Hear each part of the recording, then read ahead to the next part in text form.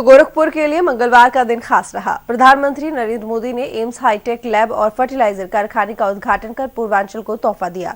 इस मौके पर प्रधानमंत्री नरेंद्र मोदी ने एसपी पर तंज कसते हुए कहा कि लाल टोपी वालों को सिर्फ लाल बत्ती चाहिए।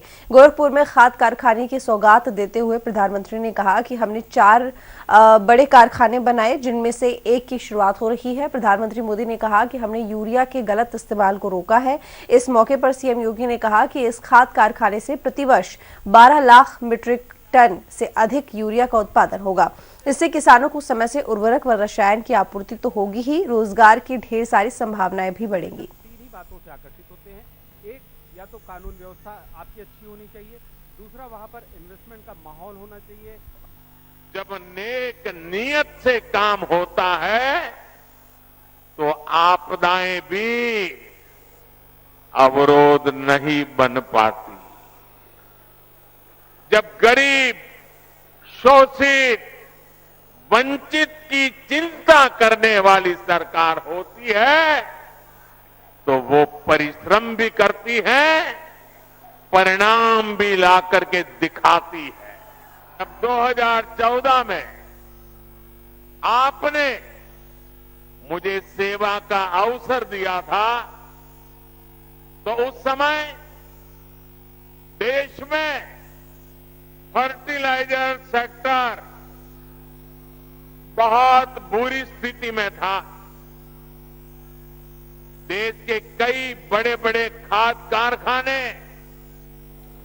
बरसों से बंद पड़े थे और विदेशों में आयात लगातार बढ़ता जा रहा था।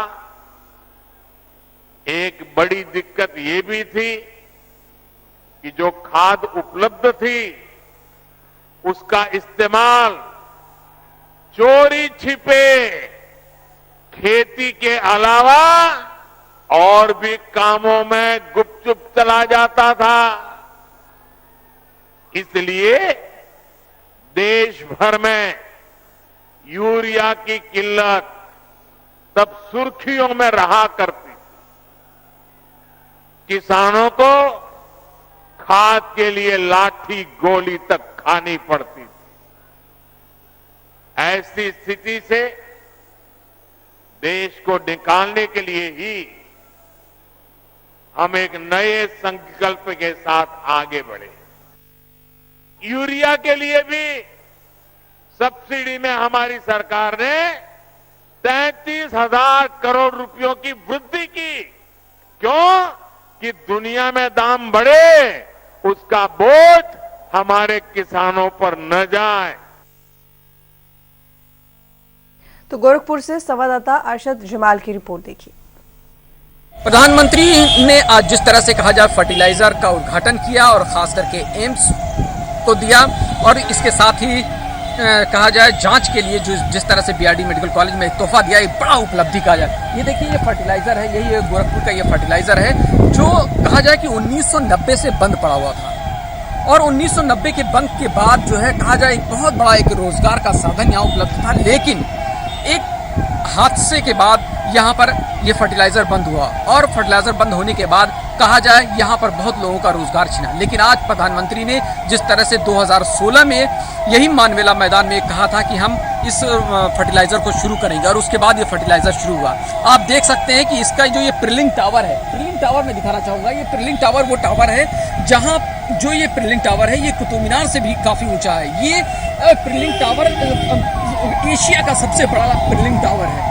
देखिए आप, जिस तरह से कहा जाए कि ये जो प्रिलिंग टावर से धुआं निकल रहा है, और ऐसे में बहुत ये जो पूरी फर्टिलाइजर की जो फैक्ट्रियां हैं, इस पर नीम कोटेड यूरिया अब मिलेगी लोगों को। तो ऐसे में जो काफी दिनों से लोगों की मांग थी वो पूरी हुई।